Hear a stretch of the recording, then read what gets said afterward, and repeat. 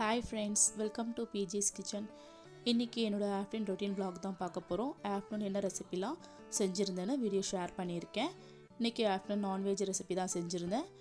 Chicken கிரேவியும் chicken 65 ரசம் சாதம் எல்லாம் செஞ்சுருந்தேன். வாங்க அது எப்படி செய்கிறதுன்றதை பார்க்கலாம். இந்த மாதிரி சிக்கன் கிரேவி ஈஸியாக செஞ்சு ட்ரை பண்ணி பாருங்கள். அவ்வளோ சூப்பராக இருக்கும் டேஸ்ட்டு. செய்கிறது ரொம்ப ஈஸி. அதுக்கு முன்னாடி என் சேனலை ஃபஸ்ட் டைம் பார்க்குறீங்கன்னா சப்ஸ்கிரைப் பண்ணிவிட்டு பக்கத்தில் இருக்க பெல் ஐக்கானை கிளிக் பண்ணிக்கோங்க. சிக்கன் கிரேவி செய்கிறதுக்கு 1 கிலோ சிக்கனை வாஷ் பண்ணி க்ளீன் பண்ணி வச்சுருக்கேன். கடாயில் 2 ஸ்பூன் எண்ணெய் சேர்த்துக்கலாம். எண்ணெய் நல்லா காய்ச்சிட்டதுக்கப்புறம் 1 ஸ்பூன் சோம்பு சேர்த்துக்கலாம். சோம்பு நல்லா பொரிஞ்சிட்டதுக்கப்புறம் பட்டை கிராம்பு 2 சேர்த்துக்கலாம். சோம்பு இந்த அளவுக்கு பொரிஞ்சிட்டதுக்கப்புறம் பட்டை கிராம்பு சேர்த்துக்கோங்க. உங்களுக்கு பட்டை கிராம்பு எவ்வளோ சேர்க்கணுமோ அந்த அளவுக்கு சேர்த்துக்கோங்க. கறிக்கு தகுந்த மாதிரி சேர்த்துக்கோங்க. மீடியம் ஃப்ளேமில் வச்சு இதை நல்லா வதக்கிக்கலாம். பட்டை கிராம்பு எல்லாம் பொரிஞ்சிட்டதுக்கப்புறம் ஒரு பெரிய வெங்காயத்தை சின்ன சின்னதாக கட் பண்ணி வச்சுருக்கேன். வெங்காயத்தை சேர்த்துக்கலாம். இந்த மாதிரி சின்ன சின்னதாக கட் பண்ணி சேர்த்துக்கோங்க. வெங்காயம் நல்லா பொன்னிறம் வர வரைக்கும் வதக்கிக்கலாம். வெங்காயத்து கூடவே கொஞ்சமாக கருவேப்பிலை சேர்த்துக்கலாம். கருவேப்பிலை சேர்த்துட்டு வெங்காயம் நல்லா பொன்னிறம் வர வரைக்கும் வதக்கிக்கோங்க. வெங்காயம் நல்லா வதங்கிருச்சு. வெங்காயம் நல்லா வதங்கிட்டதுக்கப்புறம் க்ளீன் பண்ணி வாஷ் பண்ணி வச்சுருக்க சிக்கனை சேர்த்துக்கோங்க. சிக்கன் சேர்த்துட்டதுக்கப்புறம் அது கூடவே 1 ஸ்பூன் மஞ்சத்தூள் சேர்த்துக்கலாம்.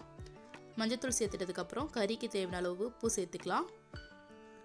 உப்பு சேர்த்துட்டு இதோட நல்லா மிக்ஸ் பண்ணி விட்டுக்கோங்க.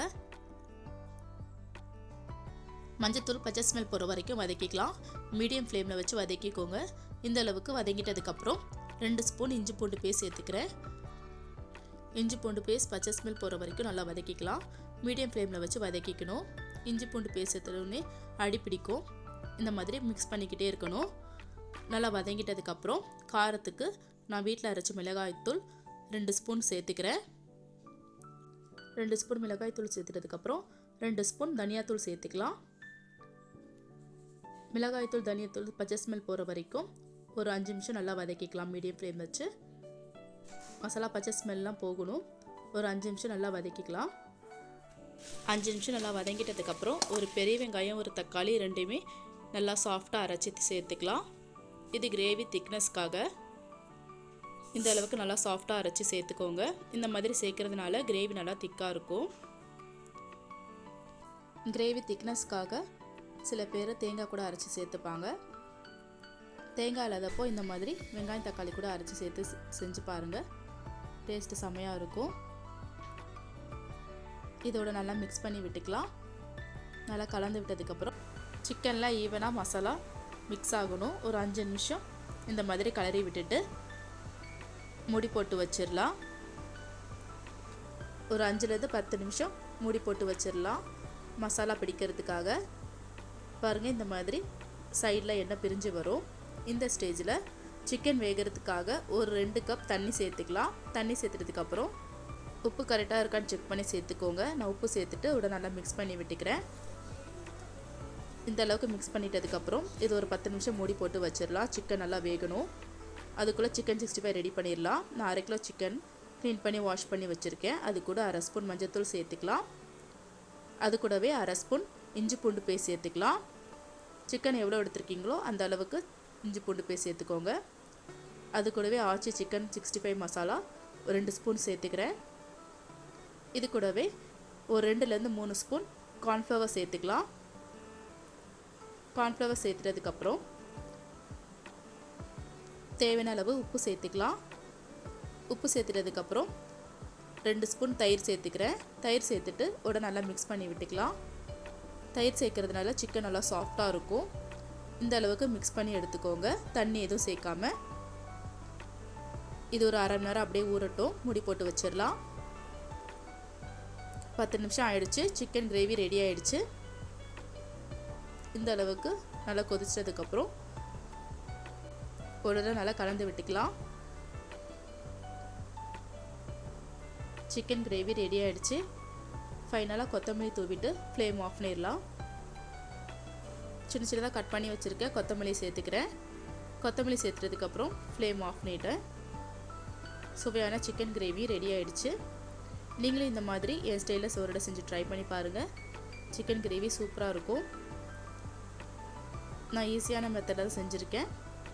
நெக்ஸ்ட் சிக்கன் 65 ரெடி பண்ணிடலாம்.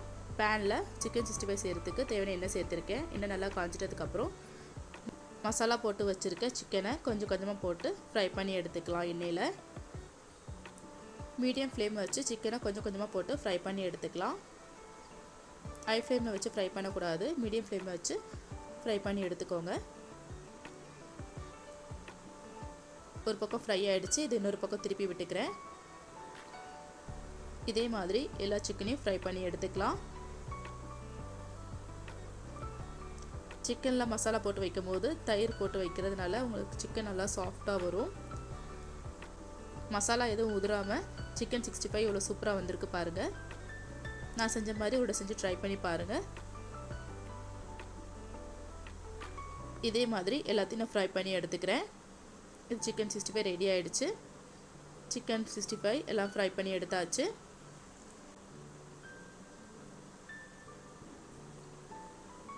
இன்றைக்கி ஆஃப்டர்நூன் லஞ்சுக்கு சிக்கன் கிரேவி, சிக்கன் 65 எல்லாம் ரெடி ஆகிடுச்சு. ஈஸி அண்ட் டேஸ்டியான சிக்கன் 65 ரெடி ஆகிடுச்சு.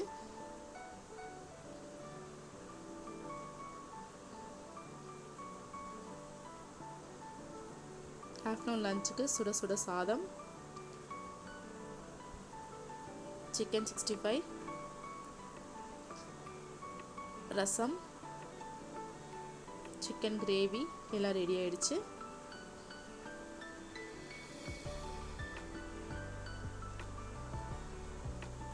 இந்த வீடியோ பிடிச்சிருக்கோன்னு நம்புகிறேன். இந்த வீடியோ பிடிச்சிருந்தா என் சேனலை லைக் பண்ணுங்கள், ஷேர் பண்ணுங்கள், கமெண்ட் பண்ணுங்கள். மறக்காமல் பிஜேஸ் கிச்சனை சப்ஸ்கிரைப் பண்ணிவிட்டு பக்கத்தில் இருக்க பெல் ஐக்கானை கிளிக் பண்ணிக்கோங்க. அப்போ தான் நான் போடுற வீடியோஸ்லாம் நோட்டிஃபிகேஷனாக வரும். தொடர்ந்து பிஜேஸ் கிச்சனுக்கு சப்போர்ட் பண்ணுங்கள். தேங்க்ஸ் ஃபார் வாட்சிங்.